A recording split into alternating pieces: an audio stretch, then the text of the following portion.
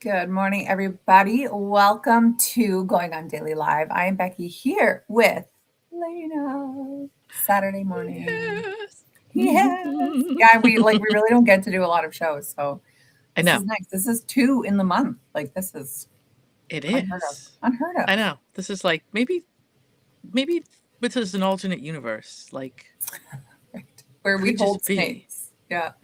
Yeah. Look at the picture. These AI pictures of us are hilarious. Didn't they I give know. you like giant boobs last week I or know. 2 weeks No, I ago? have the same boobs that I have last week. I just covered by the snake now. Oh, you're just covered by the It snake. looks Okay. like I still have them, which is Nice. nice. I mean, AI is like, you know what this girl needs? Massive cleavage. Done. that's right. That's AI. right. AI, you My eyes pervert. are up here, everybody. My eyes are up here.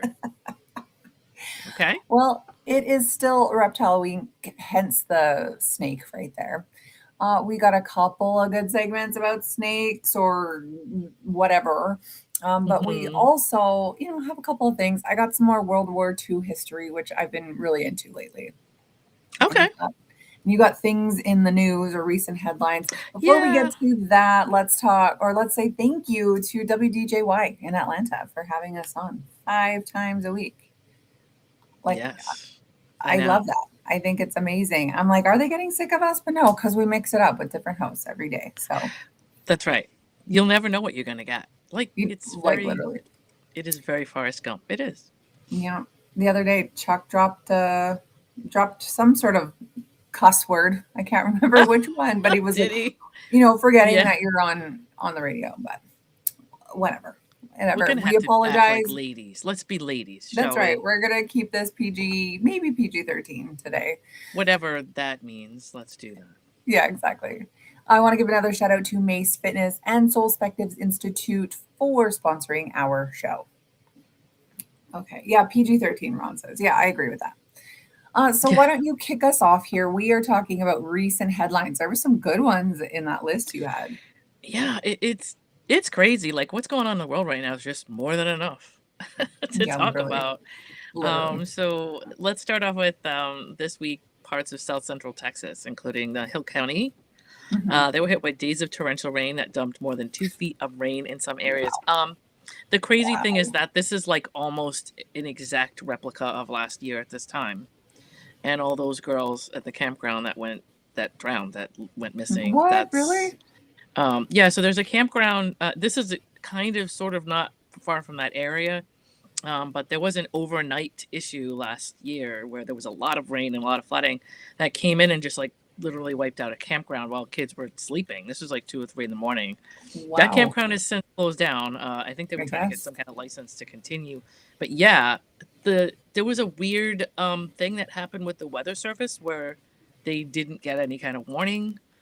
Um, and it was the middle of the night. I mean, they were all sleeping, Oh so I'm my not sure god. they would have been looking for it anyway. Well, and you Um, figure camping too, you may not even have good service like right. that. That's I scary. mean, these things came in and wiped out bunks and kids. I mean, it was so Was it like it's summer tragic. camp? It was a summer camp. Oh, I thought it was like a family camping. Oh my Yeah, word. it was a summer camp. So I'm pretty sure those kids were away from home. It was a summer camp. So that's crazy. So this is like weird because it's like the same exact thing is happening over and over again. Wow. So it's two people were killed this year. Now Mm. I think after last year, maybe a lot of people are just more vigilant about it or whatever. There's a lot of damage that was done, but two people were killed so far, but hundreds and hundreds of rescues by emergency crews, Oh, helicopters, boots. Das Boot I haven't from had my Germany. coffee yet, and so I don't know what to tell you about today. So boats, high water vehicles, major highways, bridges were damaged or closed. Greg Abbott, the governor of Yeah. Texas, declared disaster responses. Thousands of first responders were deployed across the region. Wow. I think it's kind of dying down, but it is not completely gone. If you get a chance to go online and just look up videos, it's crazy. Mm. It's crazy. Yeah, there's also a tornado that like 2 miles or something from where Chuck was. Did he That's say? yeah, 2 miles. Wild. But so 570 people have been rescued so far statewide by helicopter and all of that. Rainfall, some areas received 27 to 28 inches of rain in about 3 days. That's insanity. Over 2,000 first responders were out doing this. Infrastructure bridged over the Nueces River, and that's what most people are filming. If you see videos online, Nueces River is like where a lot of this is happening, and some bridges are out over there. And so it's 50 miles of U.S. highway on Highway 57 were closed because of this. A lot of homes, businesses, and roads are washed out, inundated. 1 trillion gallons of rain fell across the hardest hit counties during the event. And rivers affected Guadalupe, Frio, Nueces, and Rio Grande rivers, with some gauges reaching or exceeding record levels. I heard somewhere that the water rose 26 feet in like an hour somewhere, real close to where that campground was that happened. I heard that statistic somewhere.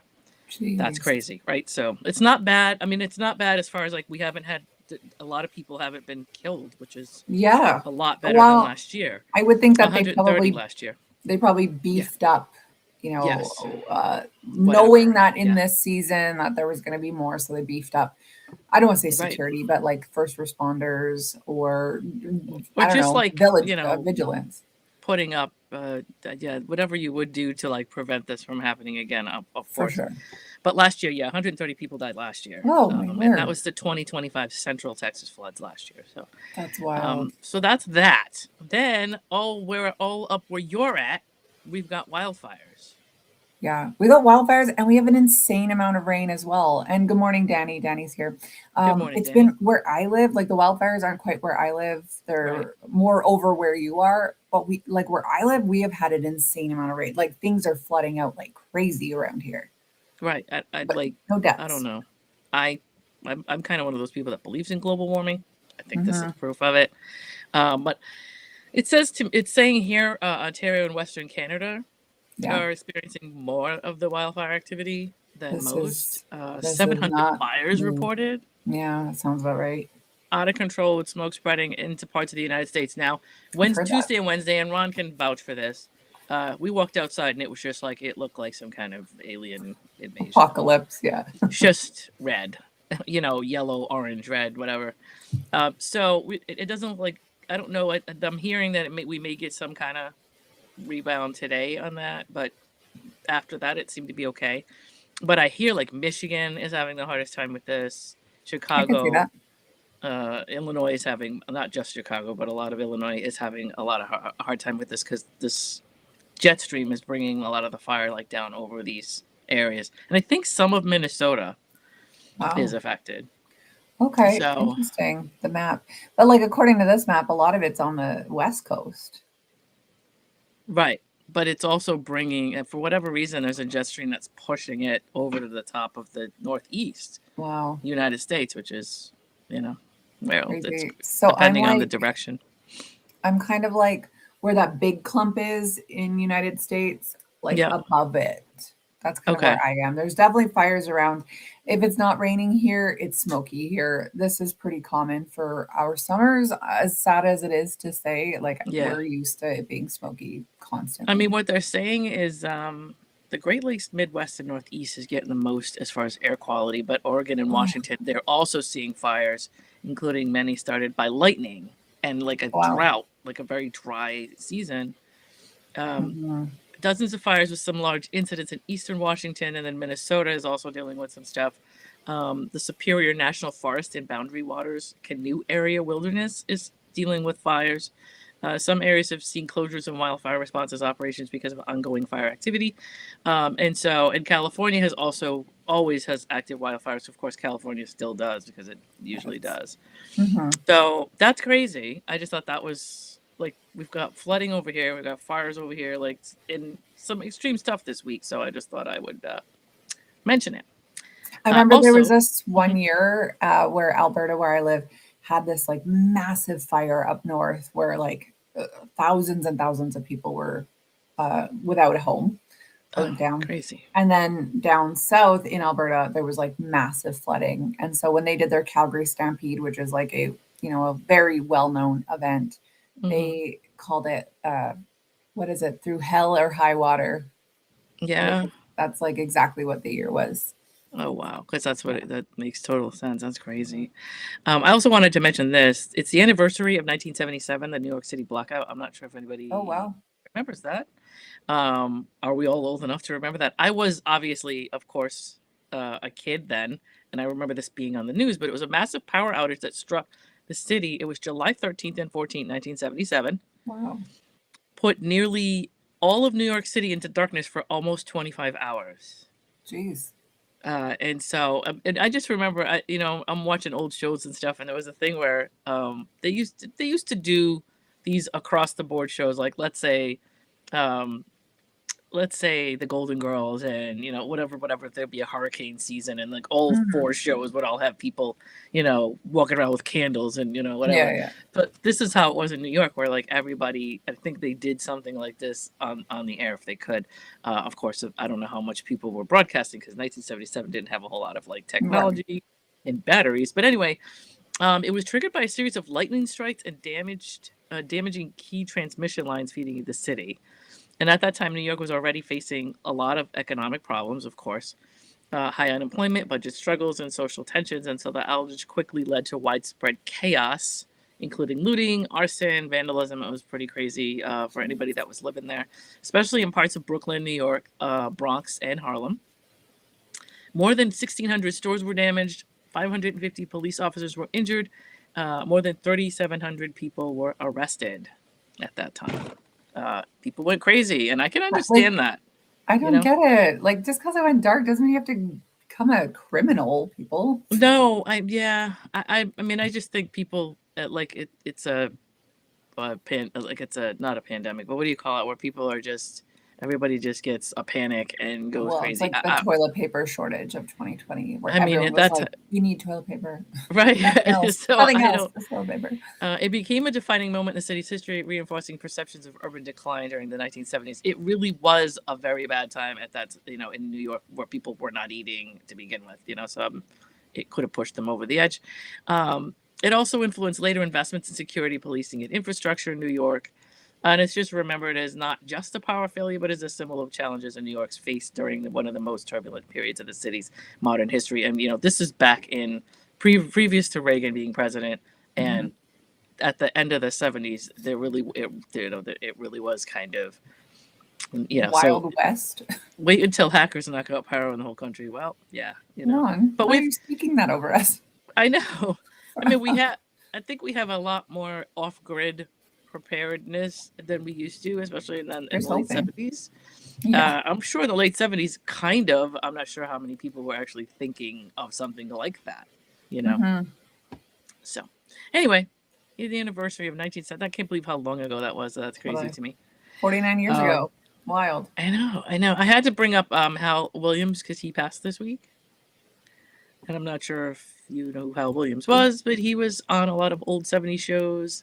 He was Oh, one of the two cops in Sanford and Son that used to show up. yeah. Okay.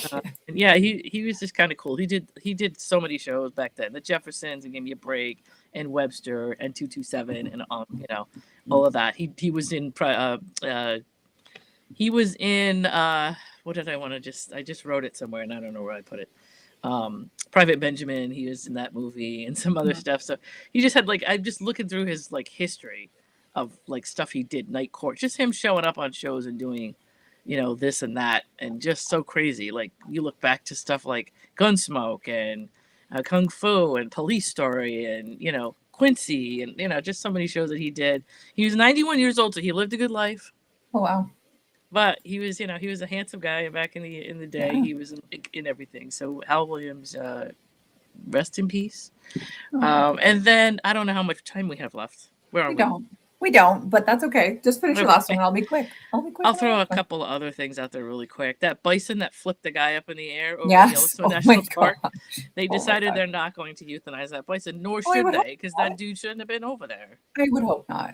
Like, You know and what I'm that guy even saying? had a chance to get away, and Yeah, he went back. Like that guy right. deserved to get flipped. Also, there's a guy by the name of Ronald Fisher who was a former anesthesiologist, and he became a fugitive. He's out of Rhode Island, and that's why I bring it up. He had a 2005 sexual assault trial that he was accused of sexually Yeah. assaulting somebody on his yacht. He went missing for 20 years. He was on America's Most Wanted.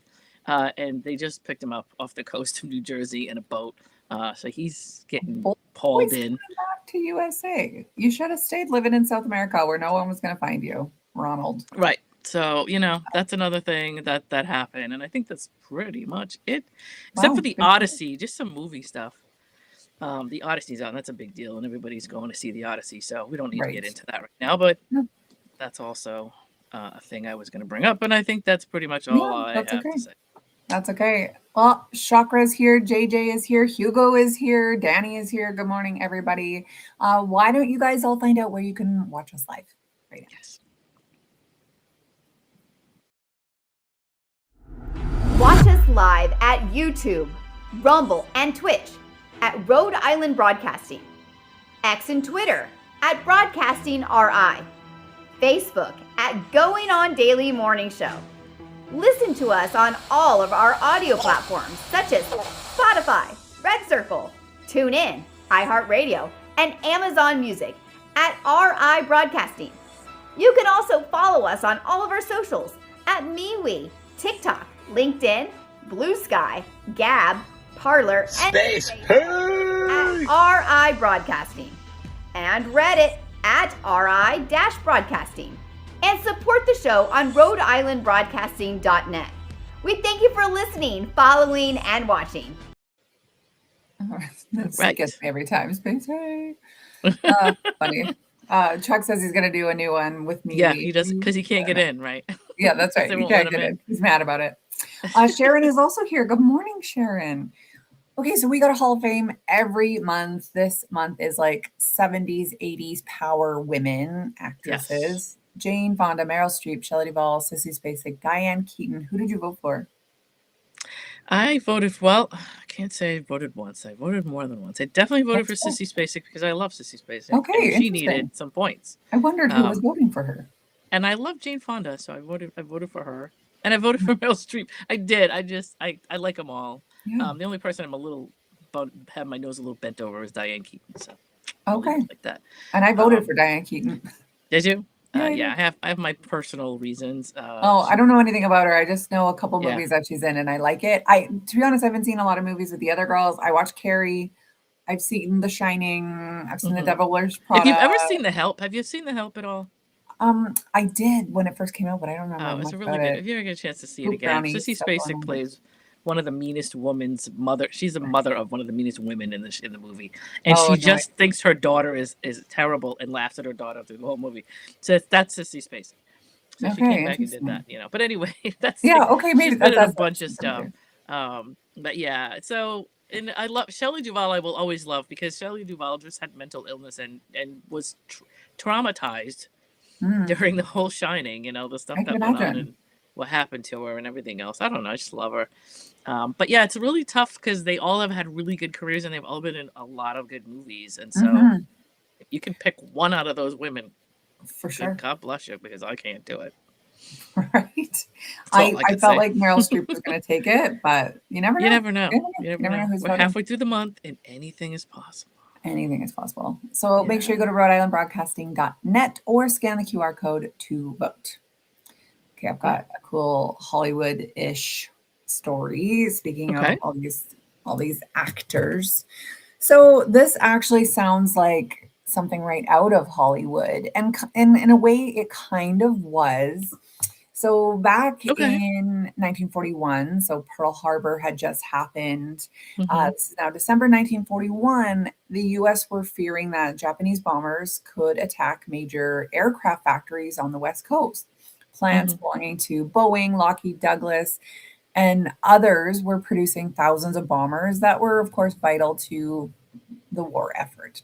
And they were pretty freaked out that they were going to come bomb them. I mean, if Pearl Harbor taught them anything, it was like, it's going to be unpredictable and they're going to go where it hurts, right? Right. So they couldn't simply just shut down the production of all of these places or move them. They had to make them disappear. So this is where Hollywood gets involved. The U.S. Army turned to a guy named Colonel John F. Omer. He was an expert in camouflage from the military. He realized that if anyone knew how to create convincing illusions, it was Hollywood. So he recruited artists, painters, carpenters, landscape architects, set designers from studios like Disney, Paramount, MGM, Warner Brothers, 20th Century Fox. This was Hmm. a group effort here. Their Yeah. job wasn't just, make a movie. It was to fool enemy pilots flying thousands of feet overhead. Like, Wow. I have a hard time wrapping my head around this because, like, Yeah. if the Japanese wanted to come, and it was the same with my story last week about like Sardinia and Greece and stuff, like, I guess it takes a long time back 100 years ago to mobilize. Yeah. Because I'm thinking like today, you just get a text message and you're off. Yeah. Oh my God. The transmissions, everything is so much quicker. Like, Yeah, so but this is back crazy. then, apparently they had time to build a set. So one of the most important people brought in was a guy named John Stewart Detley, and he was an Oscar-nominated MGM art director. Instead of building a movie set, he was asked to design an entire fake neighborhood on top of Boeing's massive plant in Seattle. And actually, now that I think about it, I have uploaded a photo into my little backgrounds here, but of course, no, it's going to take its sweet time uploading. Okay, so this is like kind of what it Yep. looked like, right? So just like a little city. So the Interesting. roof of the factories were transformed into what workers jokingly called Boeing Wonderland. From the air, it actually looks like a quiet suburban neighborhood. I mean, look behind me. It literally, Yeah. That's pretty interesting. Wow. yeah. Uh, but the camouflage included dozens of fake houses, garages, streets and sidewalks, fake trees made from chicken wire and painted feathers. That's cute. Shrubs, gardens, tiny gas stations, stores, fences, clotheslines, So this is parked a little cars. teeny thing. That's funny. Yeah, I would love to like see like the scale on it. for sure. Yeah, absolutely. Most of the houses weren't full size, like you suspected here. But since enemy pilots could only see them from thousands of feet in the air, many of them were only 6 feet tall and had, but like realistic roof and shadows, right? It looked Right. to scale from way thousands of feet in the air. Huh. It was basically like a living movie set, right? The illusion didn't stop with the scenery. Workers regularly moved fake cars around so the neighborhood looked active. That's crazy. Like, I guess you couldn't be like driving up there, but you'd have like your little mini cars and, someone would move it around. So if they drove past multiple or flew past multiple times, it would be different. Not that anyone probably notices like that car hasn't moved, but I don't know, maybe they Right. did. Laundry was hung on clotheslines and changed periodically. Some employees even walked around the rooftops performing everyday tasks. So if a reconnaissance aircraft happened to fly overhead, it would look like a perfectly ordinary suburb rather than this important bomber factory. That's crazy. Which is I crazy. love that though. I know. Now it says that the deception actually extended far beyond the roof. Parking lots were covered with camouflage netting. Runways were painted to resemble grassy fields. Yeah, this is genius, isn't it? I know. It's great. Yeah. So the roads were disguised. Factory walls were painted to break up their outlines. Even smokestacks were hidden inside fake buildings or made to resemble ordinary structures. Workers reached the factory through hidden entrances and walkways beneath the camouflage. So, I mean, did it work? Yeah, it did. Remarkably, Wow. it did. The camouflage was so convincing that even American pilots sometimes had trouble locating the factories from air. The goal wasn't necessarily to make the buildings invisible forever. It was to delay enemy pilots long enough that American fighters and anti-aircraft defenses could intercept them before they found the real target. And Interesting. I know. Fortunately, Japanese bombers never mounted the feared attacks on these factories, so no one knows exactly how effective the deception would have been during combat. Is it because they flew over and they actually had no idea? Who knows? Right. Or maybe it fooled them. Maybe they just didn't get there. Who knows?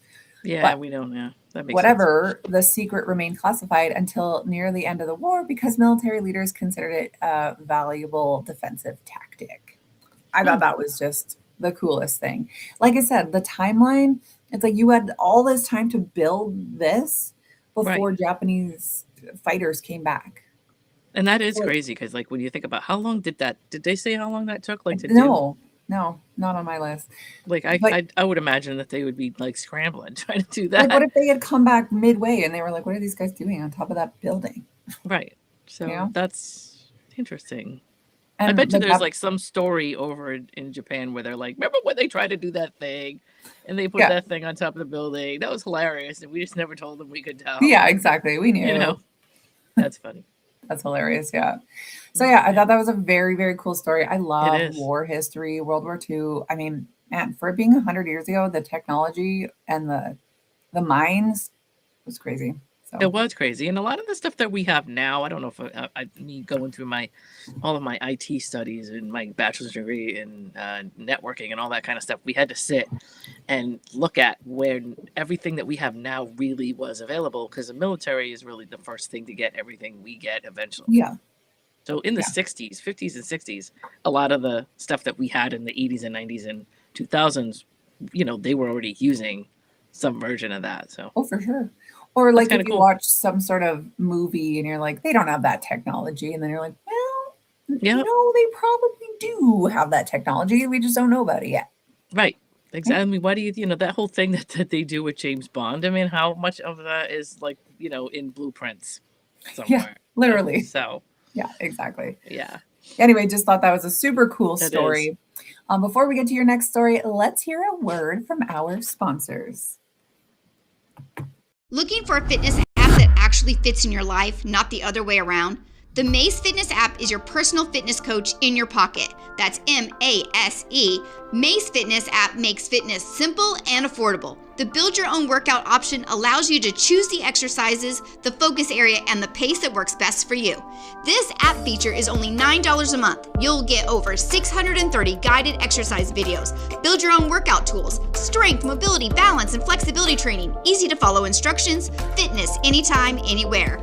Mace Fitness, just $9 a month.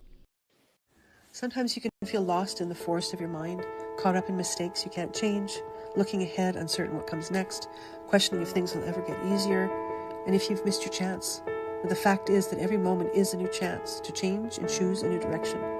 The fastest way to stop the pain and gain the new insight needed is through guidance from someone who has walked the path before you that can teach you to find your own answers from within. If any of this sounds familiar and you're looking for a way through from where you are to where you long to be, then let's connect. Check out soulspectivesinstitute.com today and book your discovery call, and we can see where we can go from there. Awesome. Thank you, Mace and Soul Spectives. Okay, so this is, one of your darker segments, which I love.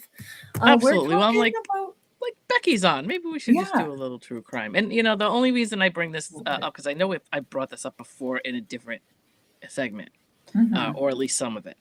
It's just because, like, it's interesting to hear your perspective on some of the stuff that you think have happened here. And so I'm going to bring you top 5. My top 5, like, it bothers me and I lose sleep over it. Where are these people kind of missing stories? Where are these people? There are a lot of them that I missed. So here's what I want people to do. I want you to tell me who bothers you the most. What story did you hear that made you crazy? And what should I have added to my top 5? But yes. So my first one is going to be Amy Bradley. Okay. And again, I don't know what you tell me too, how you feel about them, do you care, whatever. But Amy Bradley was a 23-year-old American. She disappeared in March of 1998 while on a Caribbean cruise aboard the Rhapsody of the Seas. And they just did a documentary recently on Netflix to bring all of that back up, because it's an old story and they wanted to, she's still out there somewhere. Something may have happened. But they want to know. I mean, at this point, is she dead? Has she been and there was trafficked? those sightings of her on different, I can't remember what island it was, but and she was like really out, like it seemed like her, but it didn't seem like her. So pictures in like a room, a hotel somewhere, or whatever that surfaced. And this is a while back, but like she was trafficked for sure. So the deal is that she was last seen asleep on the balcony of our cabin around 5:30 a.m. and about 30 minutes later, she had vanished. The ship had already docked in Curacao before the disappearance. The passengers were allowed to leave before a complete search began, which of course is the very first red flag everybody had. Like, why would you let everybody off the ship and then look for it? look for her because somebody could have taken her off. Investigators have considered several possibilities. She maybe accidentally fell overboard, which who knows? She was She pretty left drunk. voluntarily. There would be a body that turned up. They did a whole thing about like where this body would have turned up if she did, and that nothing has ever turned up on shores anywhere around the area that like she went missing. So they don't think that's a possible thing, but it's, you never know. She left voluntarily, supposedly, which I don't. Why would anybody do that?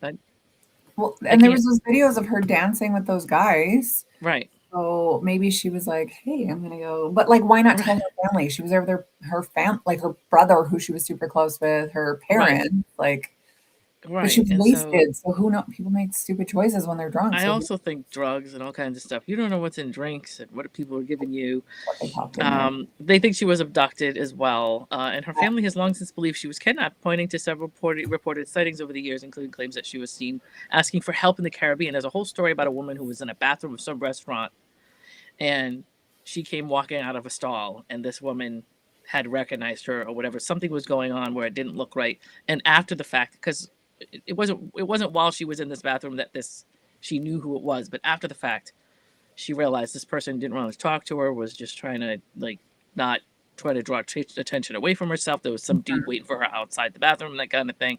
And she's like, I swear this is who I saw, once I realized who it was. Anyway, nobody has ever found her. There's no conclusive evidence. There's nothing that anybody can. They've gone back and bothered that dude for years, the one that was in the band on the ship. And he says nothing. There's no big deal. But his daughter has come forward and said, "Well, my father's not, above board. He's a little shady, and so whatever. Who knows? But nobody's ever found her." Terrible. That's number one. And I'm not doing this in any kind of order or rank or anything like that. The next one is Maura Murray. She's somebody who's local for us in Massachusetts. Okay. She was a University of Massachusetts Amherst student. She disappeared on February 9th, 2004, after crashing her car on a rural road in Haverhill, New Hampshire. Shortly after the crash, a passing school bus driver stopped to help, but Maura declined to help. Now, this is my sister and I talked about that. She's like, yeah, that dude wasn't asking if she wanted help. I don't know where this problem was, but we don't know. This is what he says he did, saying she already had called for assistance. He drove away to report the accident. When police arrived just minutes later, she was gone. Her car was locked, and some of her belongings, including like booze she had been carrying in the car, were left behind. Interesting. So there's several theories on this, that she wandered into the woods and died from exposure, but they would have found a body. That she accepted a ride from somebody who later harmed her, and who knows where she went, or she's somewhere 200 miles away in woods or something. Again, they eventually, there's too much DNA right now, if you find a body, that they'll know who it belongs to. If they've ever been in a hospital, or they've ever. So who knows? She intentionally disappeared to start a new life. A lot of people always float that theory, like she just decided she'd walk away from a car and everything she owned and just started a new life. I don't think that's plausible, but who knows? Extensive searches of the surrounding area have never found any evidence. There's been no verified sighting. More than 20 years ago, her disappearance remains one of the most well-known unsolved missing person cases in the United States. Terrible. No answer as to what happened. So that's number 2. Number 3 is this guy by the name of Lars Mittank, you may have heard of. And this is the weirdest thing to me. He was a German tourist, disappeared on July 8th, 2014. Yeah. He was vacationing in Varna. And a few days earlier, he had been injured in a fight. And he had a ruptured eardrum, which is very, very possibly a brain damage. Yes. He had been injured. He had missed his friend's flight home because he was, for medical reasons or whatever the case may be. After being cleared by a doctor, he went to an airport by himself. While he was waiting in the terminal, he appeared very anxious and told his mother by phone he believed somebody was following him around.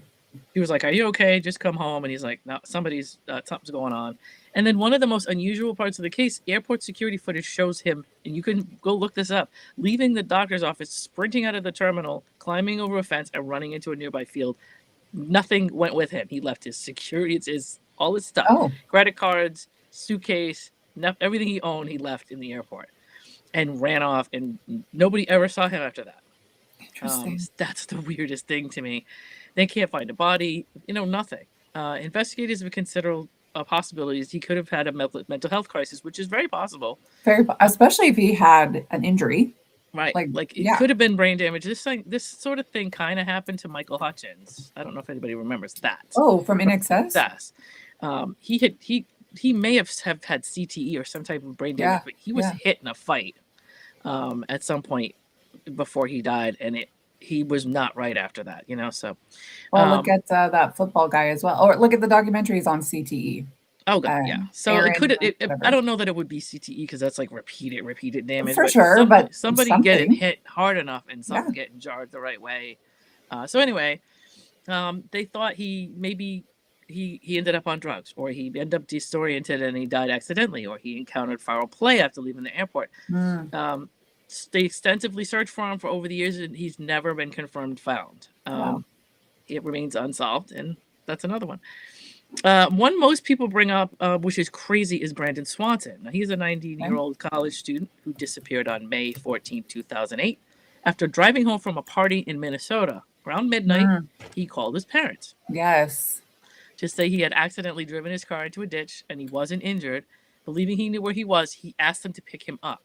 Yes. While walking towards what he thought was nearby lights, he stayed on the phone with his father for like 45 minutes. Yeah. Describing everything he could see, gravel roads, fences, fields, and everything else. And then finally he said, oh, SHI, and the call went silent. And his father could no longer hear him. Repeated calls went unanswered. It was later discovered that he had misidentified where he was. And so his parents had been searching miles away from where he really was. But they don't know where he went. So investigators believe he likely fell into a river or another hidden hazard in the dark. I think he may have been hit and then but what did he off. see? Huh? What did he see though for him to? I don't know. I mean, this was in the dark. This is in the middle of the night, so he didn't know where he was. He could have been hit by a car and wandered off after that. Who knows? But they think foul play, maybe. They think another hidden hazard in the dark. Something happened that he wasn't seeing coming or whatever. But that's another one that freaks people out. Right? What state was this in? Minnesota. Oh, okay. I was thinking, is it down south? Is it like Appalachia? Minnesota has some rural areas that are they have some weird stuff there. Yeah. Like the hills have eyes kind of creatures. I don't know if he was in the Twin Cities where he's like really in like the urban sections of. I think he was out, rural, suburbs or the rural areas. But and then the last one is Brandon. I'm sorry, the last one is Brian Schaefer. Okay. And I think everybody knows Brian Schaefer's story. He's a 27-year-old medical student, Ohio State University College of Medicine. He disappeared on April 1st, 2006, after a night out in Columbus, Ohio. He was out partying at the Ugly Tuna Saloon. I always laugh when I hear that. That Ugly was the Tuna Saloon? That's awesome. Yep. He was last seen on security cameras entering that with friends just before closing time. Surveillance footage captured many people leaving the bar, but he was never seen leaving. Despite an extensive search of the building and surrounding areas, no trace of him was ever found. And this is like kind of it. When you look at the footage, it almost looks like a mall or strip mall or something. Like you see escalators and things. So anyway, several possibilities have been considered. One, that he somehow left to an unmonitored exit, and then somebody got a hold of him. That he intentionally disappeared. Everybody always says that. Or that an accident occurred after he left the bar. There was a construction site, like at the first floor of this or something. They think he might have wandered into that construction site. It was late at night, so nobody was in there. But maybe he fell, or. But still, I can't imagine how nobody would find him or notice him or anything. With a bunch of guys in there working, it's just weird. But anyway, so we'll see whatever. I'm sure at some point, like all of this DNA that we're taking, somebody will find all of these bodies and DNA will come back on these people and they can match it up. But I don't think, it could have been that he fell in the cement, but I also don't like it. I don't know what they were doing in that construction site. So I'm not sure. Yeah. That was what Hugo said, that he fell in the cement, but who knows what they were doing. Maybe they were building like a complete foundation or something and he fell into that, and that's possible, but we don't know that that's what they were doing in there. Right. So, exactly.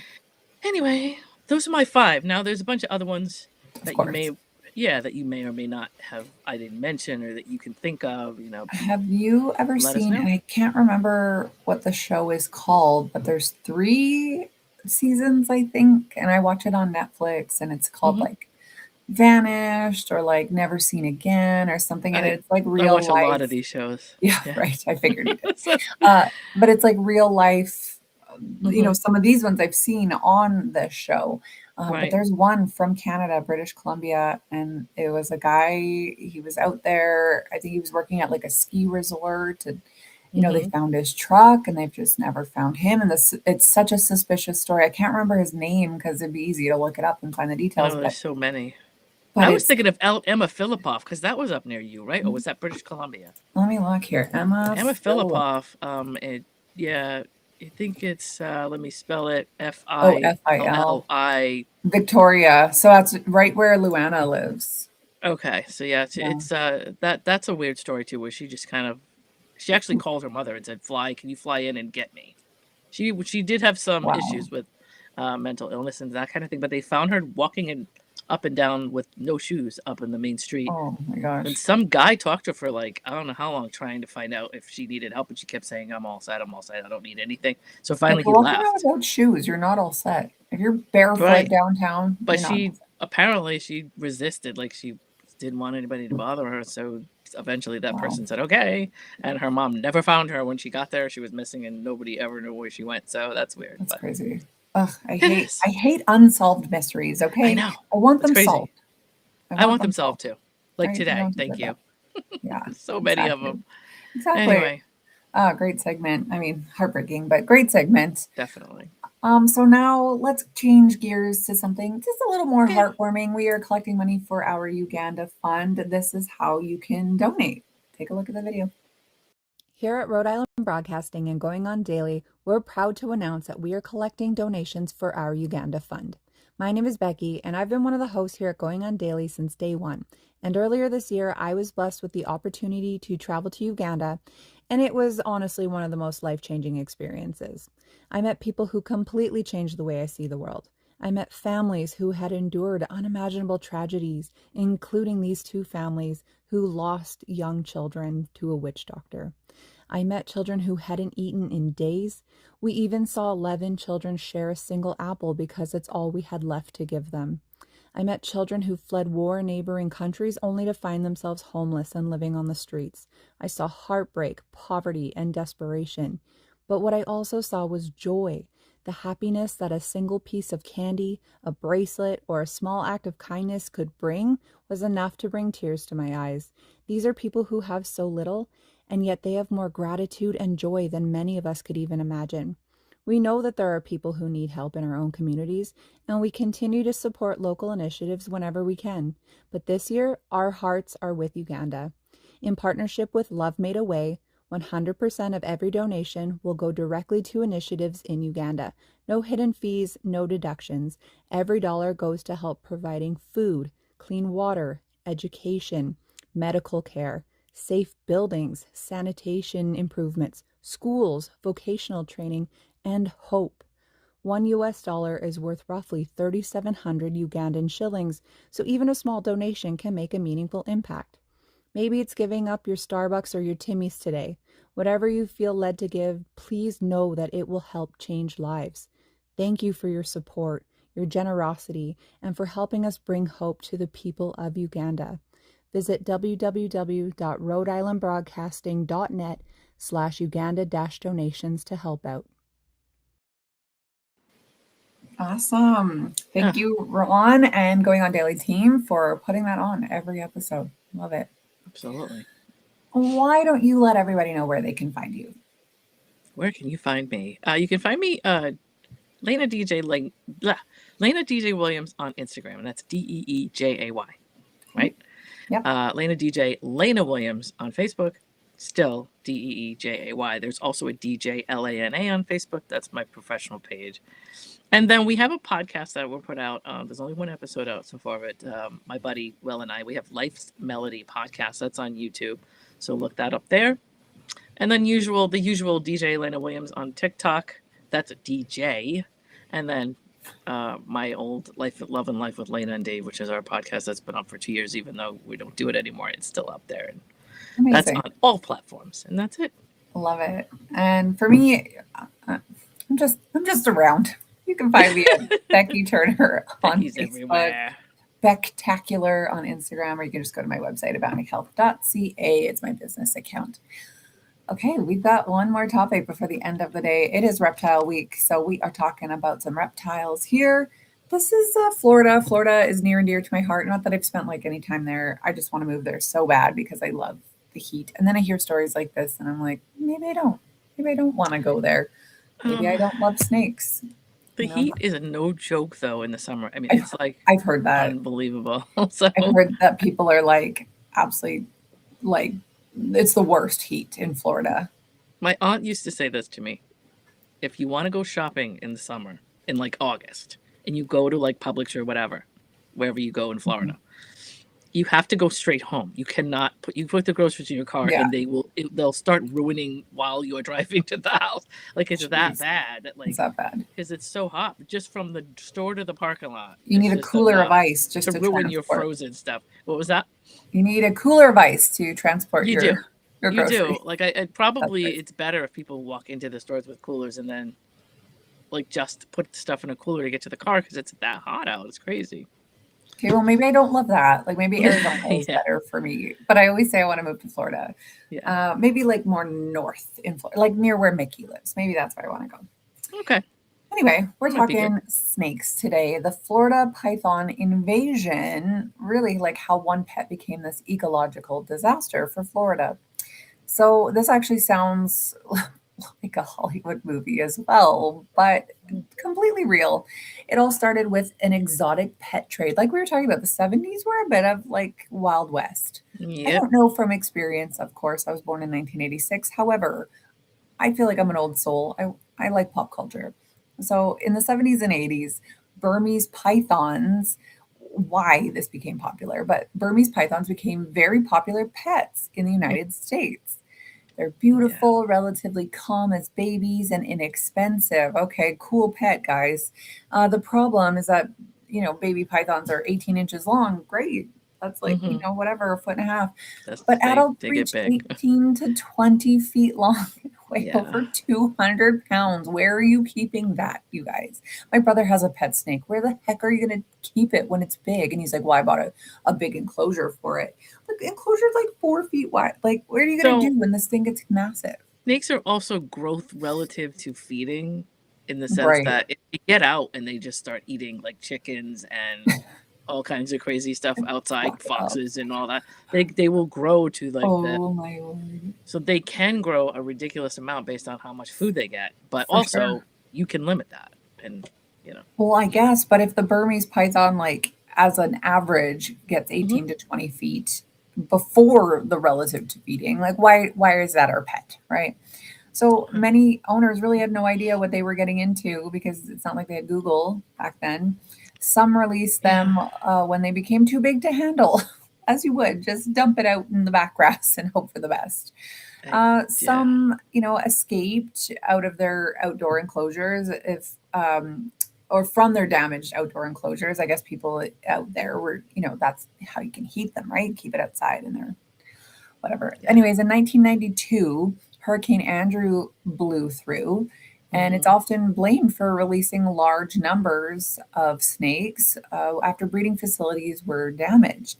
While some snakes almost certainly escaped during that storm, scientists today actually think the population is more a result from releases over the years rather than the single event of Hurricane Andrew. Right. The Makes sense. perfect home for these guys in South Florida because it's one of the few places in North America where the Burmese pythons can survive year round because they have warm temperatures, endless fresh water, thick vegetation, millions of potential prey, and very few natural predators for the adult pythons anyway, to a giant snake. This is paradise. I mean, it's probably like Burma, where I assume the Burmese python is from. Yeah. They become like almost invisible, actually. And one of the scariest things is that researchers, even though they knew they were there when doing research, actually had no idea how many were there.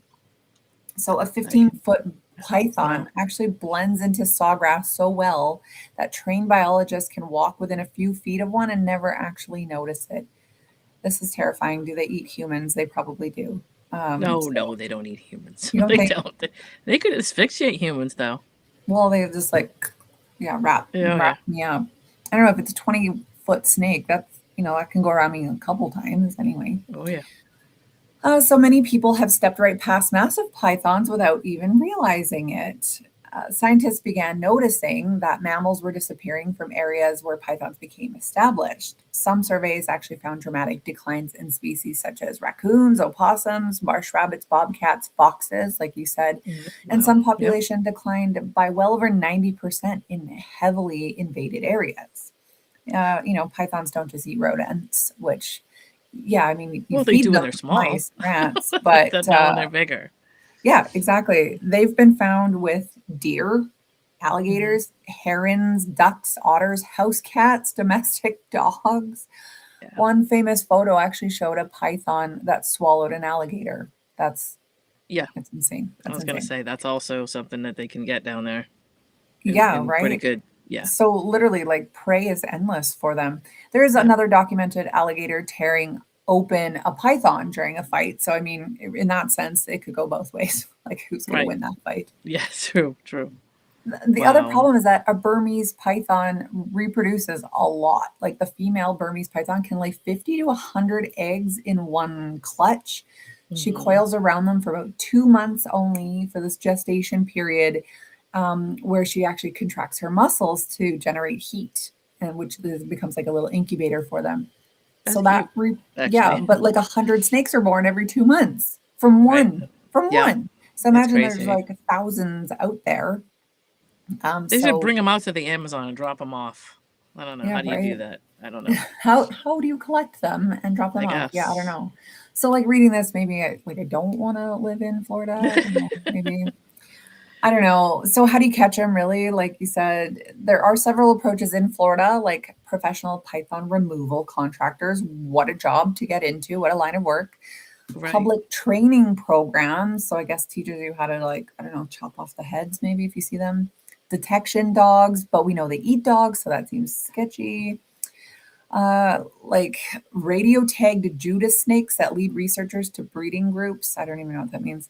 Annual competitions like the Florida Python Challenge, where participants remove invasive pythons from designated areas. It's probably like Simpsons Whacking Day. I don't know if you ever remember that one, where they like go out and kill all the snakes. I forget. Oh yeah, it's like they have all these snakes released and then they like kill them. Anyway, thousands of snakes have been removed over the years, but experts believe that so many more remain, of course, because again, you release one, like, in 2 months, it's got 100 more. So yeah, it's reproducing like crazy. Of course, like the cold winters limit them, but they don't really have a whole lot of that down south there in Florida. And all they do is freeze and hibernate. They don't really die. Exactly. They just wake up again cold. Yeah, exactly.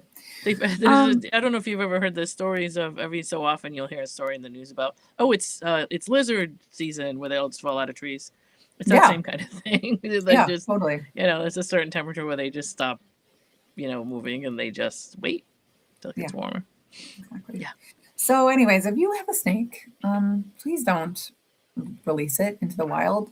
Send it to, I don't know, an animal shelter. I don't know where they go. But you have the internet, and there's no reason why you need to just like release it into the wild. But that is why Florida has a Burmese python problem. So that's crazy. Sharon says 100 snakes born every 2 months. Oh my God, that's sick. Yeah, I don't know if it's every 2 months, but it only takes them 2 months to grow that many. Right.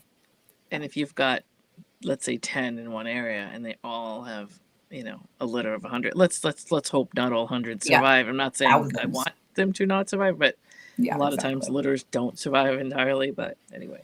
Yeah. Anyways, crazy. Terrible. Watch out. Watch your step if you're going walking around. I used to have a boa constrictor, so I kind of love snakes myself. Do you? Ooh. I do. I love them. I did. Yep. I don't know what kind my brother has, but it's creepy or whatever it is. I mean, he's cute. He's cute, but like, ew. Yeah. But, I mean, maybe they make nice pets. I don't know. Anyways, that is it for today's show. This is the end of Reptile Week as well. Saturday being Yeah. the last day of the week. Next week we are back. Well, even starting tomorrow. Actually, Ron, let us know in the comments. What is next week? I don't even remember. Is it space? I forget. Is I it was looking at Space the Week next week? Oh comments boy. I am in our little chat. I think, yeah, Space Week. Week. Okay, it is Space Week. So get ready Okay. for me to completely bash NASA the entire time. Nice. Nice, right? Thank you again to WDJY in Atlanta for having us on. Thank you to Mace and Soulspectives for being our sponsors. Thank you. Sharon, Hugo, Chakra, Danny, JJ was here briefly. Hugo, did I say you? I think I did. But thank you guys for commenting as always. If you were watching us, comment. Get in on the conversation. Definitely. We love it. And that's it. That's it for today. I am back right, on Becky. Monday. You are back next Saturday. Yes. See you guys soon. Bye. I guess we're wrapped up. You guys we're have a wrapped great up. day. Have a great week, everyone. Bye-bye. Bye.